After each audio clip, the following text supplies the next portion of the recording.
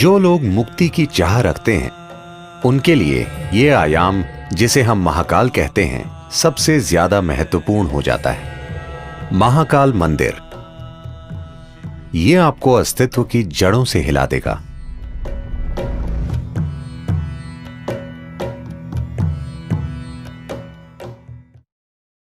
शिव एक ऐसे देवता हैं जिन्हें नाम नहीं देना चाहिए, क्योंकि उन्हें नाम देना उन्हें सीमित और छोटा करने जैसा है। साथ ही साथ उनके कई सारे नामों का संग्रह भी इस अवर्णीय रहस्य को प्रकट करता है कि वो कौन है, या इस अवर्णीय रहस्य को कि ये सृष्टि क्या है। उनके तमाम रूपों में काल भैरव या महाकाल एक महत्वपूर्ण और साथ ही उग्र रूप है। महाकाल के रूप में वो समय के स्वामी हैं। काल भैरव के रूप में वो समय के विनाशक हैं। Kala means time. काल का अर्थ है समय। समय का आपको जो अनुभव है वो बस अस्तित्व का चक्र में घूमना है।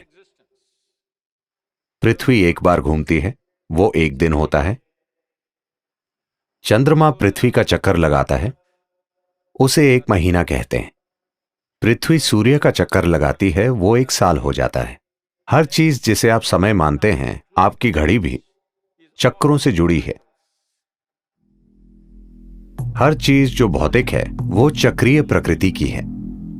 अणु से लेकर ब्रह्मांड तक हर चीज जो भौतिक है वो स्वाभाविक रूप से चक्रीय प्रकृति की है, और अपने भौतिक अस्तित्व के कारण और आप जो हैं उसकी भौतिक प्रकृति के साथ आपके जुड़ाव के कारण आपको समय का बोध है।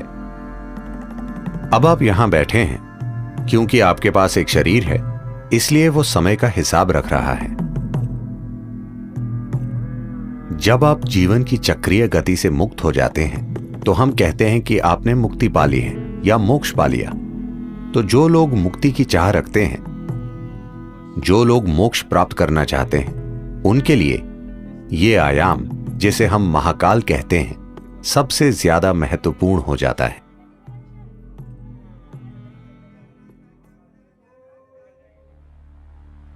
एक बार ऐसा हुआ, महान संत Shukracharya, Who was the guru for all the demons? जो दानवों के गुरु थे, उन्होंने शिव की भक्ति में घोर तपस्या की और शिव को प्रकट होना पड़ा। जब वे प्रकट हुए तो शुक्राचार्य ने अमर होने का वरदान मांगा। फिर शिव बोले, यह संभव नहीं है, जो भी जन्म लेता है उसे मरना पड़ता है, कुछ और मांगो। फिर शुक्राचार्य ने कहा, मुझे कायाकल्प की शक्ति दीजिए, जिससे मैं किसी भी तरह के घाव, किसी भी तरह की बीमारी को ठीक कर सकूं। मुझे ऐसी शक्ति दीजिए। शिव, जो परम उपचारक हैं, सभी जड़ी बूटियों और औषधियों के स्वामी होने के नाते, शुक्राचार्य को संजीवनी मंत्र दिया। वो मंत्र जो लोगों की किसी भी प्रकार की बीमारी या किसी भी तरह के घाव या चोट को ठीक कर सकता था। जब शुक्राचार्य को यह संजीवनी मंत्र मिल गया तो दानव बहुत ही निडर हो गए और वे युद्ध के बाद युद्ध छेड़ने लगे। सभी दानव जो युद्ध में जख्मी हो जाते थे, किसी भी तरह के गंभीर घाव से, शुक्राचार्य उन्हें संजीवनी मंत्र से ठीक कर देते थे। तो इस वजह से दानवों की सेना एक भी आदमी खोए बिना लगातार लड़ सकती थी। देवता बहुत चिंतित हो गए और उन्हें लगा कि यह बहुत अन्यायपूर्ण युद्ध है, क्योंकि आप चाहे कितना भी लड़ लें, वे मरते ही नहीं, मगर हम मर जाते हैं। तो वे ब्रह्म के पास गए। ब्रह्म ने हस्तक्षेप किया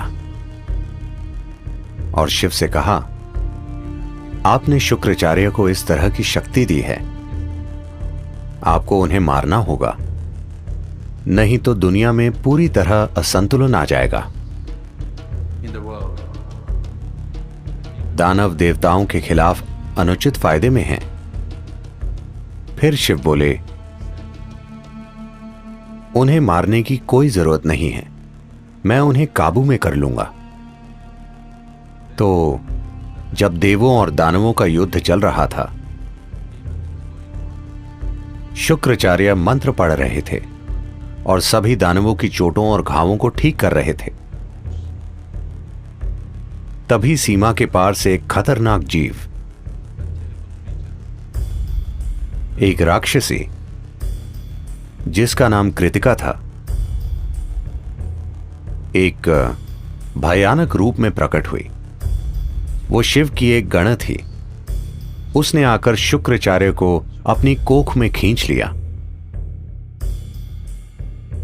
और वे वहां एक भ्रूण की तरह रहे और वे काबू में आ गए। फिर देवताओं और दानवों के बीच संतुलन कायम हो गया। अधिक उचित और न्यायपूर्ण युद्ध लड़े गए।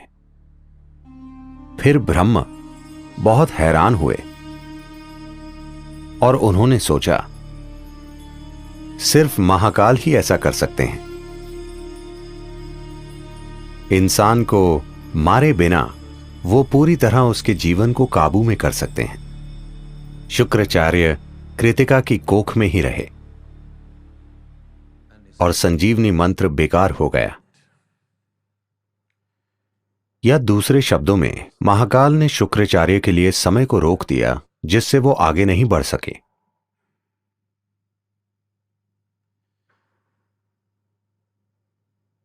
जब हम परे जाने की बात करते हैं, जब हम आध्यात्मिकता, योग की बात करते हैं, हम देखते हैं कि किस तरह समय और स्थान की सीमाओं से परे जा सकें, क्योंकि समय और स्थान अस्तित्व की भौतिकता से जुड़े हैं। एक बार आप आध्यात्मिक होने की चाह करते हैं, उसका यह अर्थ है कि आप भौतिक से अधिक कुछ होने की चाह कर रहे हैं। एक बार आप भौतिक से कुछ अधिक हो जाते हैं, That means you are aspiring to be beyond. उसका अर्थ है कि आप समय और स्थान की सीमाओं से परे जाना चाहते हैं।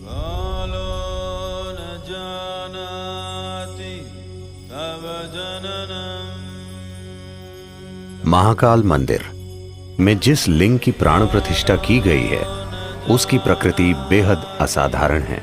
यह आपको अस्तित्व की जड़ों से हिला देगा। यह प्राण प्रतिष्ठा वाकई अद्भुत है। इसका एकमात्र मकसद है कि ये किसी तरह आपको विलीन कर दे। इस मंदिर में पूरी तैयारी के साथ जाना चाहिए, क्योंकि ये बहुत शक्तिशाली है और कमजोर दिल वालों के लिए नहीं है। यह आपको अंदर से हिला देता है।